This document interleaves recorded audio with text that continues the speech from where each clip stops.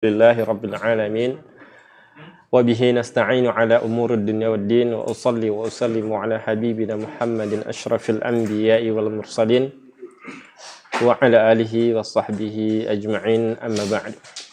Allahumma 'allimna ma yanfa'una wanfa'na bima 'allamtana warzuqna 'ilman nafi'an ya Rabbal Alamin. Insyaallah pada hari ini kita kembali akan mempelajari ilmu usul tafsir dengan buku Al-Qaulul Munir fi Ilmi Usul Tafsir, dan sekarang kita akan membahas tentang an-nasikh wal mansukh. Fima warada minan nasikhi wal mansukhi fil Qur'anil Karim. Ya, yang terdapat dalam Al-Qur'an ada namanya nasikh dan mansukh, yaitu secara bahasa nasikh itu adalah penghapus, mansukh yang dihapus. Nah, an-naskhu ma'nahu lughatan. An-naskhu maknanya secara bahasa al-izalatu wan naql, yaitu menghilangkan atau menghapus, wan naql atau memindahkan. Secara bahasa artinya menghilangkan atau memindahkan. Taqulu nasakhatis syamsu adh-dhilla. Nah, jadi misalnya dikatakan matahari menghapus bayangan, artinya menghilangkan bayangan. Ai azalathu, atau matahari tersebut menghilangkan bayangan.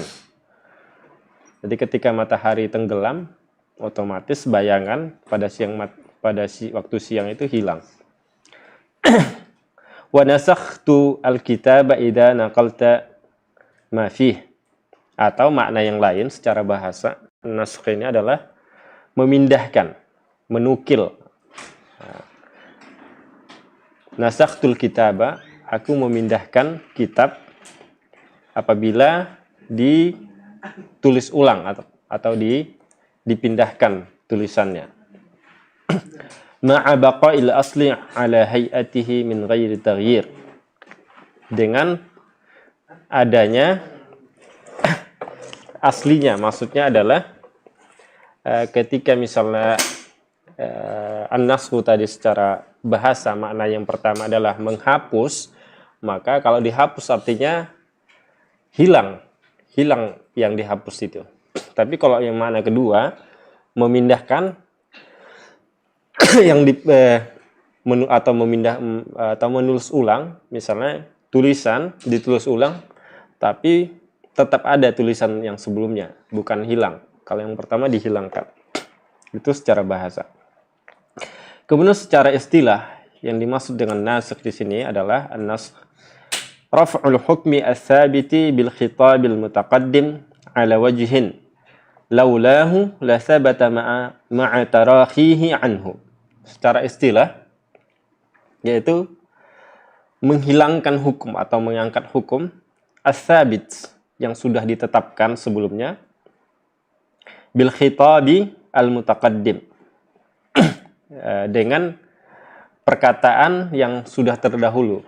Artinya ada satu hukum yang sudah ditetapkan sebelumnya, kemudian kalau seandainya misalnya tidak ada nasikhnya, penghapusnya, maka hukum tersebut masih diberlakukan. Itu maksudnya. Raf'ul hukmi as-sabit bil khitabil mutaqaddim ala wajhin. Nah, ditinjau dari sisi, beberapa sisi, satu sisi. Laulahu la sabata ma'a tarakhihi anhu. Kalau seandainya tidak dihapus, maka hukum yang sebelumnya itu masih diberlakukan. Jadi an-nasikh itu adalah maknanya menghilangkan atau menghapus satu hukum yang sudah berlaku sebelumnya. Kemudian kalau seandainya tidak dihapus hukumnya, maka akan berlaku selamanya. Itu maksudnya. Wan nasikhu wal mansukhu fil Qur'ani katsirun. Hukum nasikh dan mansukh ini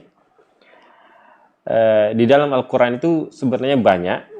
Waqad allafa fihi katsirun minal ulama muallafatin adidatan. dan para ulama sendiri banyak menerbitkan atau menulis karangan-karangan mereka mengenai an-nasikh wal mansukh ini. Summa'lam, kemudian ketahuilah annal mansukha huwal mutaqaddim nuzulan. Ketahuilah bahwa hukum yang dihapus itu adalah yang turun lebih dahulu.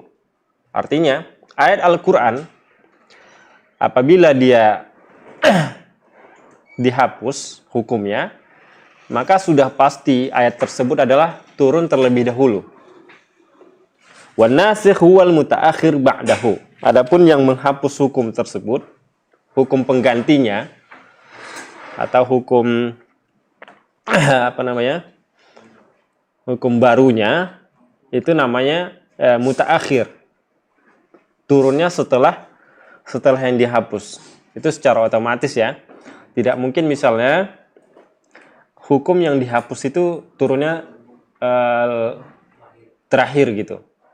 Kalau misalnya dulu di zaman Nabi itu ada namanya nikah mut'ah.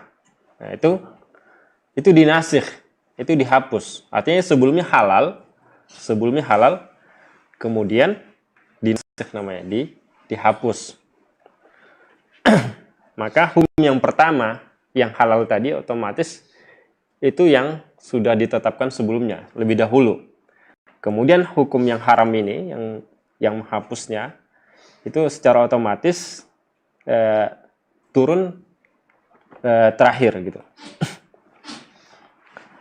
Kemudian amma tartibul mushaf faqad yujadu fihi aqsu dzalik. Fayujadu nasikh mutaqaddiman wal mansukhu mutaakhiran. Nah, perlu diperhatikan bahwa bukan berarti ketika misalnya dalam Al-Qur'an itu misalnya ayat 1 misalnya itu menjadi misalnya dalam Al-Quran misalnya surah Al-Baqarah ayat 100 misalnya ayat 100 itu secara otomatis yang mansukh, tidak, belum tentu. Paham ya? Belum tentu ayat yang lebih dahulu itu adalah secara otomatis yang mansukh, yang dihapus hukumnya, belum tentu. Bisa saja sebaliknya. Paham nggak ini? Hah? Kan tadi sudah kita jelaskan bahwa al-mansukh itu adalah yang turun dahuluan. Ayat yang turun dahuluan. Terlebih dahulu. Kemudian nasikh yang penghapusnya itu turun terakhir.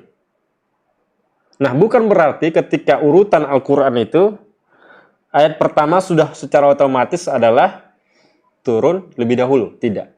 Bisa saja sebaliknya. Paham nggak ini? Bisa saja ayat yang ke-10 itu turun terlebih dahulu, baru turun ayat ke-1. Paham ya? Itu maksudnya. Amma tartibul mushafi faqad yujadu fihi aqsu dzalik. Adapun urutan mushaf yang mushaf Al-Quran itu terkadang terdapat sebaliknya. Maksudnya sebaliknya itu bisa saja ayat pertama, ayat 10 turun lebih dahulu daripada ayat yang pertama. Bisa saja.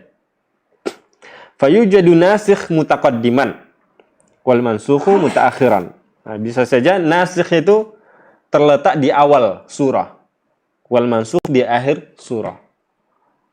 Itu maksudnya. Kama fi ayatil iddah, fi ayatai al-iddah. Nah, sebagaimana yang terdapat di dalam dua ayat tentang iddah, masa iddah. Fa inna qauluhu ta'ala walladzina yutawaffawna minkum wa yadharuna azwajan wasiyatan li azwajihim mata'an ilal hauli ghaira ikhraj. Perhatikan Al-Baqarah surah Al-Baqarah ayat 240. Ayat 240. Nasakhatha allati qablaha. Dan hukum yang terdapat dalam ayat ini, jadi kita jelaskan dulu ayatnya. Walladzina yutawaffawna minkum. Dan orang-orang yang diwafatkan di antara kalian, wa yadaruna azwajan, dan mereka meninggalkan istri-istri mereka, wasiyatan li azwajihim, sebagai wasiat untuk istri-istri mereka, mata'an ilal hauli ghaira ikhraj. Jadi masa iddahnya itu selama 1 tahun. Perhatikan ilal hauli. Hauli di sini maksudnya adalah 1 tahun. Nah, di ayat ini secara tersirat menjelaskan bahwa masa iddah wanita yang ditinggalkan oleh suaminya, maksudnya suami yang meninggal dunia, maka masa iddah istrinya adalah selama 1 tahun. Dan ini terdapat dalam surah Al-Baqarah ayat 240. Dan ternyata hukum masa iddah selama 1 tahun ini dihapus oleh ayat yang sebelumnya. Nah, dihapus oleh ayat yang sebelumnya. Wahiyya qauluhu ta'ala, yaitu firman Allah Ta'ala, walladzina yutawaffawna minkum wa yadaruna azwajan yatarabbasna bi anfusihinna arba'ata ashhurin wa 'ashra. Dan orang-orang yang meninggal di antara kalian dan mereka meninggalkan istri-istri mereka, maka istri-istri mereka tersebut masa menunggunya, maksudnya masa iddahnya itu selama 4 bulan 10 hari. Perhatikan ayat ini pada surah Al-Baqarah ayat ke 234. Nah, perhatikan. Mana lebih dahulu secara urutan letaknya 234 apa 240? Nah, 234. Letaknya duluan ini. Nah, jadi kalau di mushaf itu posisinya begini. Ayat ini dulu. Walladzina yatawaffawna minkum. Nah, walladzina yatawaffawna minkum sampai arba'atu ashhur wa 'ashra. Arba'atu ashhuri wa 'ashra. Secara urutan maka ini lebih dahulu. Secara urutan maka ini lebih dahulu. Karena ini ayat berapa? Al-Baqarah ayat berapa? 2, 3, 4. Nah, kan seperti itu. Artinya setelah ini 200 berapa? 2, 3, 5. Kemudian 2, 3, 6. Kemudian 3, 7. 3, 8. Kemudian 2, 9. Kemudian baru. Nah, ini. Secara urutan seperti ini. Apa tadi ayatnya? Walladzina yatawaffawna minkum wa yadaruna azwajan wasiyatan li azwajihim mata'an ilal hauli. Walladzina yatawaffawna minkum mata'an ilal hauli. Ilal hauli. Perhatikan. Ini. Ghair ikhraj. Secara urutan seperti ini gitu. Secara urutan seperti ini.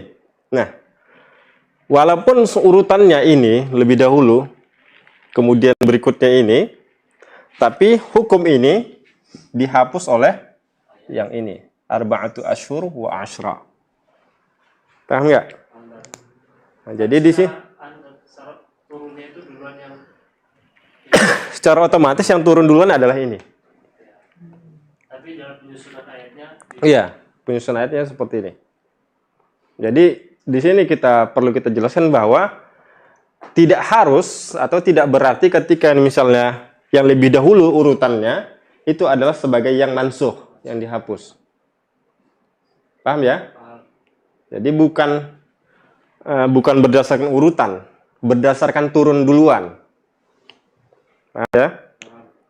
Berdasarkan turun duluan. Ini yang turun duluan, kemudian diletakkan di ayat 240. Nah, kemudian baru turun yang ini. Diletakkan di ayat 234. Paham ya? Jadi, ini masalah iddah. Jadi, masalah iddah wanita yang ditinggalkan oleh suaminya yang meninggal. Sebelumnya, itu masa iddahnya itu 1 tahun.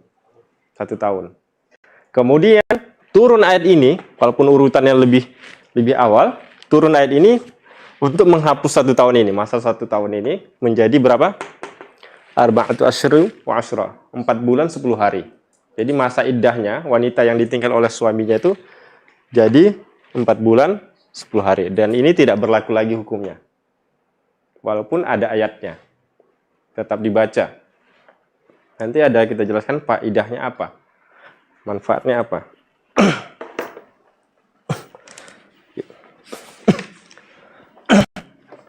Kemudian wa kadzalika qauluhu ta'ala fa idan salakhal ashhurul hurum faqtulul musyrikin. Ini surah At-Taubah ayat 5. Apabila sudah berlalu bulan-bulan haram, maka perangilah, bunuhlah orang-orang musyrik. Fiha dzikru adamil qital. Di dalam ayat ini terdapat larangan perang, adamul qital. Wa ka qoulihi ta'ala lasta 'alaihim bimusaitir. Engkau tidak berkuasa atas mereka. Wa ka qoulihi ta'ala fa'arid 'anil amman tawalla 'an dzikrina. Berpalinglah dari orang yang berpaling dari peringatan kami. Wa nahwu dzalika katsirun wa ba'duhu mutaakhirun fi tartibil mushaf an ayati sayf al-madhkurah fi qoulihi ta'ala wa qatilul musyrikina kaffah. Nah, jadi contoh lain itu adalah surah At-Taubah. Surah At-Taubah ayat 36 wa qatilul musyrikina kaffah. Perangilah orang musyrikin secara menyeluruh. Kemudian hukum ini dihapus oleh ayat yang sebelumnya, surah At-Taubah ayat 5. Apabila bulan apa aja? Rajab. Apa? Rajab. Dzulqa'dah, Dzulhijjah, Muharram. Kok Rajab? Rajab, Sya'ban. Bukan berurutan ya. Jadi perhatikan. Di dalam surah Taubah fa'idan salakhal asyhur sama aja ya kasusnya. Fa'idan salakha in salakha ashhurul hurum faqtulu al-musyrikin.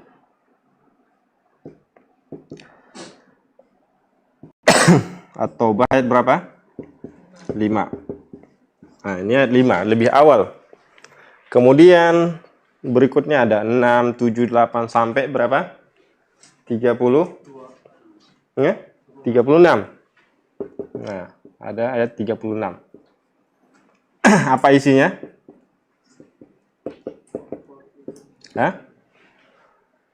Wa qatilul musyrikina kaffah. Wa qatilul musyrikina kafah. Jadi sama. Ayat ini menjelaskan bahwa Nabi Muhammad SAW itu diperintahkan untuk memerangi orang musyrikin kapanpun gitu. Enggak ada batasan waktunya. Ya kan? Nah, umum. Enggak ada batasan waktunya. Nah, kemudian ternyata di ayat sebelumnya itu dibatasi. Fa'idan salakhal ashhurul hurum. Apabila sudah berlalu bulan-bulan haram, bulan Rajab, bulan Dzulqa'dah, bulan Dzulhijjah dan bulan Muharram, maka faqtulul musyrikin. Maka disitulah waktu boleh berperang. Kalau ini kapan saja. Bulan haram pun masih boleh perang dengan orang musyrikin. Paham nggak ini?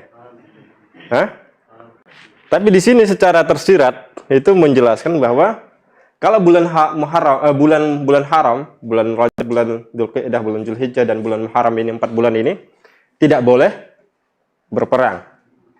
Jadi kalau sudah berlalu bulan-bulan haram baru boleh perang memerangi orang musyrikin. Paham ya? Oke. Itu sama kasusnya kayak yang tadi. Yang perlu kita perhatikan adalah bahwa urutan dalam Al-Quran itu bukan berarti harus yang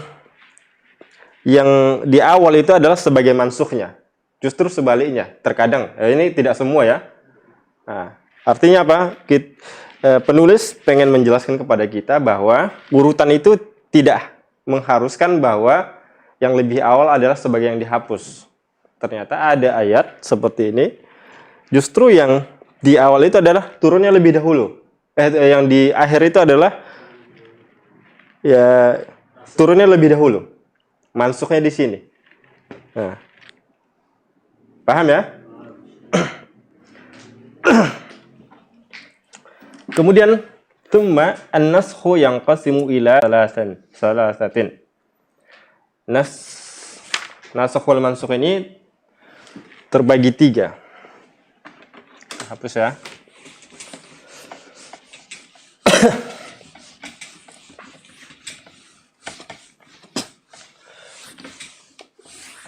Nasakh wal mansukh, kalau di sini cuman menjelaskan tentang an-nasakh wal mansukh itu terbagi 3, dibagi menjadi 3 berdasarkan tilawah, hukum dan tilawahnya. Kalau di usul fikih nanti dibahas lagi, ada namanya ditinjau dari nasakh wal mansukh ada pengganti atau tidak. Tapi di sini tidak dijelaskan. Jadi kita di sini fokus hanya an-nasakh wal mansukh terbagi 3 di sini ditinjau dari hukum dan tilawahnya. Yang pertama ada namanya naskhul hukmi ma'a baqa'i tilawah. Naskhul hukmi ma'a baqa tilawah. Apa maksudnya ini? Seperti yang tadi, hukumnya dihapus, tapi ayatnya tetap ada. Contohnya tadi misalnya apa? Ayat iddah tadi. Walladzina yatawaffawna minkum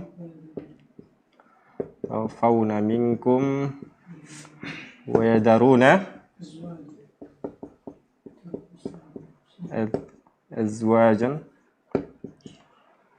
wasiyatan li azwajihim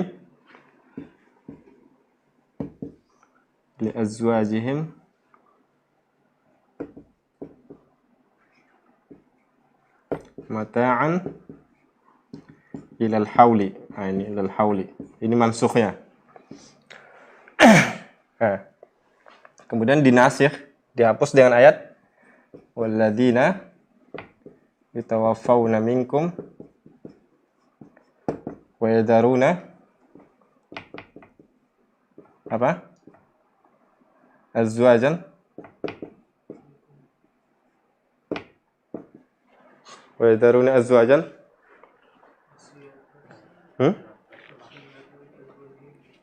kewasiyatan yatarabbasna bi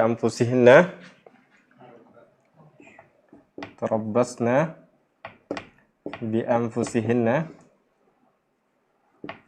arba'ata ashhur wa 'ashra. Ini adalah penggantinya. Nasikhnya, ini yang mansukh. Perhatikan di sini yang dihapus adalah cuman hukumnya saja. Hukum masa iddahnya itu yang sebelumnya 1 tahun, kemudian diganti jadi 4 bulan 10 hari. Yang dihapus adalah hukumnya saja. Jadi namanya naskhul hukmi ma'a baqa'i tilawah. Menghapus hukumnya, tapi bacaannya, ayatnya tetap ada di Al-Quran gitu. Paham ya? Ini jenis yang pertama. Kemudian jenis yang kedua, naskhut tilawah ma'a baqa'il hukmi. Sebaliknya. Naskhut tilawah ma'a baqa'il hukmi. Contohnya apa?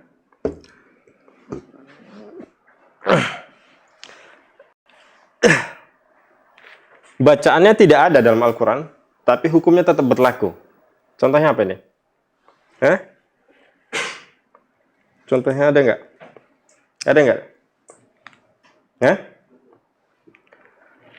Ada. Asy-syaikhu, ayatnya adalah ini, tapi tidak ada dalam Al-Quran yang sekarang. Wasy-syaikhatu,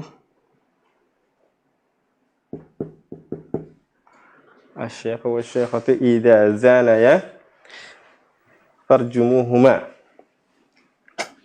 Idza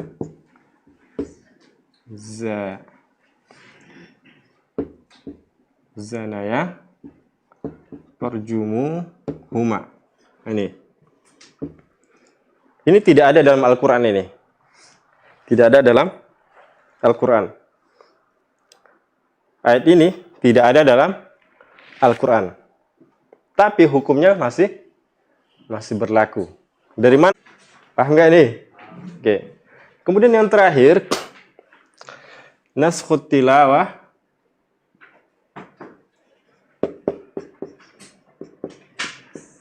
ma'a hukmi ma'an.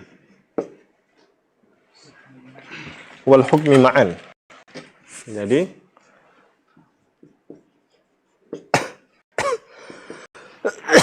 menghapus tilawah bacaannya sekaligus hukumnya juga dihapus.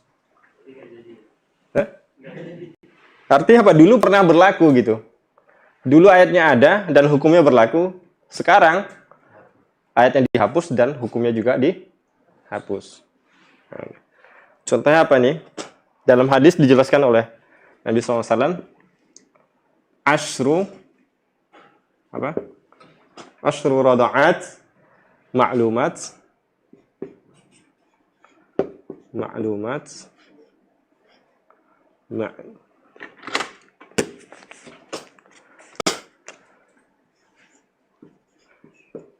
yuharrimna atau yuhrimna. Masalah apa ini? Masalah apa ini? Jadi sebelumnya dahulu itu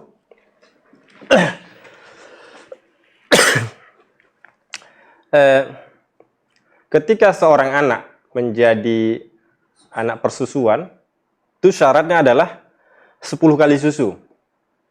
Paham nggak? Dulu sebelumnya itu 10 kali susu baru sah itu adalah anak persusuan atau namanya ar-radhi'. Paham ya? Kalian kok ketawa? Ini kita lagi belajar loh. Ya udah, fokus aja sebentar aja dikit. Makanya antum cepet-cepet nikah biar nggak menghayal terus ya. Emang antum pengen jadi anak susu, Bu? Oke, itu lanjut. Jadi sebelumnya seorang anak bayi itu syaratnya ketika ingin menjadi anak susu. Nabi itu kan anak susu kan? Anak susu bagi wanita namanya apa? Halimah As-Sa'diyah. Halimah dari Bani Sa'ad. Nabi itu anak susu seorang wanita namanya Halimah. Kemudian ada namanya Nusaibah juga. Nusaibah itu adalah budaknya siapa? Abu Lahab. Saking senangnya Abu Lahab itu sampai dia menjadikan Nusaibah itu budaknya itu menyusui Nabi SAW ketika lahir. Jadi ketika lahir Abu Lahab tuh seneng banget. Nah, ternyata begitu udah gede jadi musuh gitu. Jadi itu. Jadi dalam Arab itu ya biasa ya. Kalau di orang Arab itu biasa, anak susu, anak apa. Tapi di Indonesia agak aneh ya. Hampir jarang ya kita temukan. Jarang. Karena kita nggak memperdalam apa hikmahnya dan apa manfaatnya, kita nggak tahu.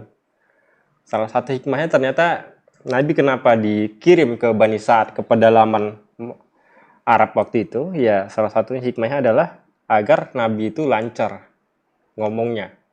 Bahasa Arabnya itu agar mantep gitu. Karena di pedalaman Arab itu bahasanya masih ori gitu. Tahu nggak? Nah, Iya, Baduinya masih bahasa orang Badui itu masih ori gitu, nggak bercampur dengan yang lain. Kayak misalnya kita sekarang orang Jawa, tinggal di Jawa, kan udah bercampur-campur kan dengan bahasa yang apa gitu. Nah, gitu. Tapi kalau misalnya orang pedalaman Jawa sana mungkin masih ori, ngomong sampai nggak bisa bahasa Indonesia kan. Nah, kayak gitu. Itu tujuannya salah satu. Jadi Nabi itu bahasanya mantap gitu. Itu salah satu hikmahnya. Oke, masalah kembali kita masalah ini. Jadi sebelumnya bahwa ada ayat yang menjelaskan bahwa seorang anak itu sah atau menjadi anak susu, anak persusuan apabila sudah 10 kali susuan.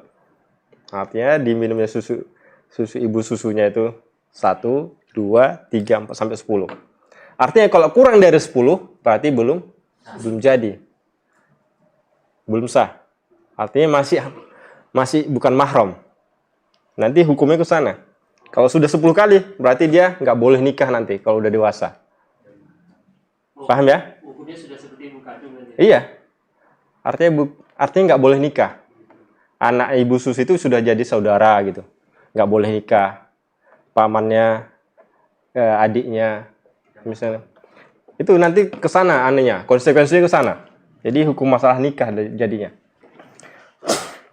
Itu tadi. Jadi sebelumnya yang jelasnya 10 kali susu baru boleh menjadi anak susu. Dan ayat ini dihapus, kemudian hukumnya juga dihapus dengan hadis Nabi SAW, yaitu menjadi khamsu rodo'at, 5 kali susu.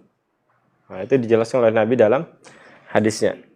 Jadi kalau misalnya ada anak bayi sudah 5 kali menyusu kepada seorang wanita yang bukan mahramnya, kalau sudah 5 kali maka dia sudah sah menjadi mahramnya. Tidak boleh nikah nanti kalau udah dewasa. Tidak boleh nikah antara dia anak susu tadi dengan anak kandung ibu susunya. Itu konsekuensinya. Nah, di situ yang bahayanya di situ. Paham ya? Oke, clear lah insya Allah ini. Kembali kita ke materi. Tsumma an-nasxu yanqasimu ila aqsamin thalathatin. An-nasxu itu terbagi 3. Yang pertama, al-qismul awal naskhul hukmi faqat ma'a baqa'i tilawah. Menghapus hukum saja dan tilawahnya atau bacaannya itu tetap ada. Nah, itu. Ka ayatul iddah, seperti contohnya adalah ayat iddah al-mutaqaddimah, yaitu qauluhu ta'ala walladzina yatawaffawna minkum wa yadharuna azwajan wasiyatan li azwajihim mata'an ilal hauli ghairi ikhraj. Intinya pada ayat ini menjelaskan bahwa masa iddah wanita itu ketika suaminya meninggal, maka dia masa iddah selama 1 tahun. Kemudian hukumnya hukumnya mansukh. Fa inna hukmaha mansukhun kama alimta. Hukum ini sudah dimansukh, sudah dihapus sebagaimana yang kita jelaskan pada ayat sebelumnya. Yaitu dengan ayat walladzina yatawaffawna minkum wa yadhuruna azwajan yatarabbasna bi anfusihinna arba'ata ashhurin wa 'ashra. Ayat ini yang menghapus hukumnya. Kemudian wa faidatu baqa'i tilawah amrani. Ada 2 faidah kenapa ayatnya masih tetap ada gitu.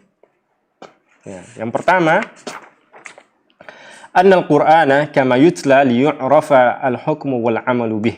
Bahwa Al-Qur'an itu sebagaimana dibaca agar diketahui hukumnya dan mengamalkannya.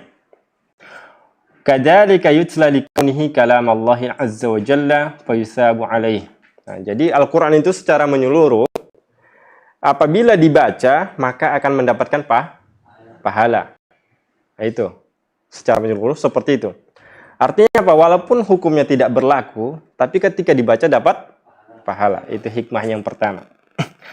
Maka fa'ubqiyatil tilawatu lihadil hikmah. Maka tilawahnya, bacaannya tetap ada karena hikmah ini. Jadi agar orang membacanya dapat pahala. Kemudian hikmah yang kedua, sani anna naskha ghaliban yakunu litakhfif. Nah, yang kedua, hikmah yang kedua adalah secara umum kebanyakan bahwa masalah naskh dan mansukh ini adalah tujuannya untuk meringankan. Perhatikan, yang sebelumnya masa iddah itu lama banget ya, 1 tahun. Nah, 1 tahun wanita itu artinya tidak boleh nikah selama 1 tahun itu. Iya kan? Karena di masa iddah, nggak boleh dinikahin. Kemudian diturunkan. Artinya ketika dia misalnya sudah menjadi 4 bulan 10 hari, artinya 4 bulan 11 hari udah boleh nikah. Antum bayangkan masalah kondisinya itu kan terlalu berat kalau selama 1 tahun. Misalnya anggaplah dia suaminya meninggalkan 3 anak aja, itu udah berat banget itu, nyari makan sendirian, iya kan? Selama 1 tahun lah nggak boleh nikah. Nah, kemudian Allah ringankan, yaitu jadi 4 bulan 10 hari, jadi ringan dia. Ketika dia udah boleh nikah, otomatis kan ada yang cari makan, dia santai di rumah ngurusin anak gitu, iya kan? Nah, itu tujuannya. Itu hikmah yang kedua. Fa'ubqiyatit tilawah tadhkiran lin-ni'mah. Maka bacaannya ayat tersebut masih diadakan agar mengingat nikmat. Nikmat itu luar biasa. Kalau misalnya ini dihapus ayatnya, maka kita tidak bisa bandingkan. Kalau masih terdapat jadi kita tuh ketika seorang wanita tahu bahwa sebelumnya itu sangat berat, artinya ketika dia ingat itu berarti dia mensyukuri dong. Ini akunya sudah cukup ringan dibanding orang sebelumnya gitu.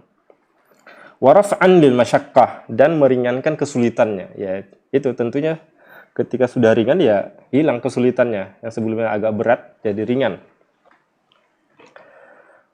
Kemudian al-qismus tsani. Nah, bagian yang kedua. Naskh wal mansukh bagian yang kedua, yaitu naskhut tilawati faqat ma'a baqa'il hukmi. Menghapus tilawahnya saja, namun hukumnya tetap berlaku. Itu contohnya adalah wadzalika nahwu ayatul rajam. Contohnya adalah ayat rajam. Wahia asy-syaikhu wasy-syaikhatu idza zanaya farjumuhuma albattah nakalam minallahi wallahu azizun hakim.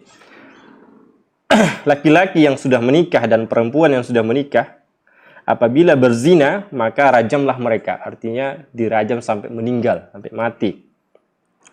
Albattah. Nah, rajam sampai meninggal. Nakalam minallah. Sebagai hukuman dari Allah. Wallahu azizun hakim. Dan Allah maha mulia dan maha bijaksana. Kanat fi suratil ahzab fanusiqat tilawatuha wa baqiya hukmuha. Dan ayat ini sebelumnya terdapat dalam surah Al-Ahzab, kemudian dihapus ayatnya, tapi hukumnya tetap berlaku. Nah, itu. Jadi sebelumnya ada ayat seperti ini dalam surah Al-Ahzab, tapi ayatnya dihapus, namun hukumnya diberlakukan sampai detik ini.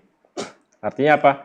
Apabila ada laki-laki yang sudah menikah berzina, walaupun tidak ada ayatnya yang menunjukkan itu secara tegas, tapi hukumnya tetap berlaku. Artinya dia dirajam sampai mati. Itu yang kedua. Yang ketiga, al-qismu ats-tsalits. Naskhul hukmi wat tilawati ma'an. Menghapus hukum dan bacaannya sekaligus. Artinya apa? Tilawah dan hukumnya itu dihilangkan, tidak ada. Wadzalika ka'ayatir radha'. Contohnya adalah ayat tentang radha', tentang persusuan. Wa hiyal madhkuratu fi ma rawahu Syekhani. Dan ini disebutkan sebagaimana yang terdapat dalam riwayat Sahih Bukhari dan Muslim. Hadisnya adalah an Aisyah radhiyallahu anha qalat. Dari Aisyah radhiyallahu anha berkata, kana fi ma unzil. Aisyah mengatakan sebelumnya ada ayat yang diturunkan katanya. Asyru rada'atin ma'lumatin yuharrimna 40 kali susu. Maklumat itu apa namanya, jelas gitu, bukan misalnya bukan diragukan. Misalnya seorang bayi tadi nyusu ke wanita ibu susunya, memang ada saksinya ya, memang terbukti gitu, bukan dalam kondisi ragu. Misalnya dia minum, bukan apa namanya, bukan hanya sekedar minum saja, tapi benar-benar masuk ke dalam mulutnya, ke dalam apa namanya, ke dalam perutnya. Artinya kalau misalnya minum tapi dimuntahin, itu tidak dihitung gitu. Nah, itu maksudnya maklumat sini. Nah. Jadi kalau sudah benar-benar masuk ke dalam perutnya 10 kali minum, berarti yuharrimna. 10 kali itu sudah menjadi mahram. Artinya yuharrimna sini menjadi mahram antara anak dengan ibunya tadi. Walaupun sebelumnya boleh nikah, kalau seandainya anaknya gede, boleh nikah. Tapi ketika sudah 10 kali susu, maka sudah jadi mahram, tidak boleh nikah. Tidak boleh nikah. Artinya, anaknya ibu itu, misalnya anak wanita ibu susunya, tidak boleh nikah dengan dia, karena sudah jadi saudara. Sudah mahram. Sudah jadi mahram. Apalagi, misalnya ibunya susunya tadi punya adik, itu adalah kholahnya, bibinya, nggak boleh juga, nggak boleh. Nah, kemudian dia kan punya susu secara otomatis, iya kan? Nggak mungkin muncul susu dari seorang wanita tanpa nikah, mustahil, ya kan? Kecuali Maryam ya. Nah, wallahu alam. Mungkin kasus itu, tapi jarang mungkin, wallahu alam. Yang jelasnya secara mayoritas, secara global itu wanita itu menghasilkan susu apabila sudah nikah. Jadi misalnya suami ibu tadi secara otomatis jadi ayahnya. Nah, adik ayahnya secara dari persusuan tadi yang wanita itu adalah bibinya juga. Berarti tidak boleh nikah. Nah, panjang kan? Jadi tidak sampai di situ saja ceritanya. Jadi panjang. Nah, jadi fanusikhna bi khamsi rada'atin ma'lumatin yuharrimna. Kemudian asyru rada'at ini dihapus dengan bi khamsi rada'at. Ini mansukhnya, kemudian nasikhnya khamsu rada'atin ma'lumatin yuharrimna. Ini dihapus ayatnya dan hukumnya sekaligus dengan hadis. Ini hadisnya. Dengan hadis. Jadi itu konsekuensinya panjang ya, bukan sekedar setelah menyusu 10 kali udah selesai, enggak, panjang. Nanti begitu juga dengan setelah masalah boleh atau tidak nikah, dia nanti menjadi haram, artinya boleh dijadikan, misalnya kalau dia punya saudara perempuan dari persusuan, artinya boleh jadi mahramnya kemana-mana gitu. Artinya konsekuensinya juga Center Binbas Pusat, Yogyakarta. Semoga bermanfaat. Sahabat dakwah Binbas TV, Anda baru saja menyaksikan siaran dari channel pendidikan dan dakwah Binbas TV, dipancar luaskan langsung dari Pondok Pesantren Islamic Center Binbas Pusat, Yogyakarta. Semoga bermanfaat. Sahabat dakwah Binbas TV, Anda baru saja menyaksikan siaran dari channel pendidikan dan dakwah Binbas TV, dipancar luaskan langsung dari Pondok Pesantren Islam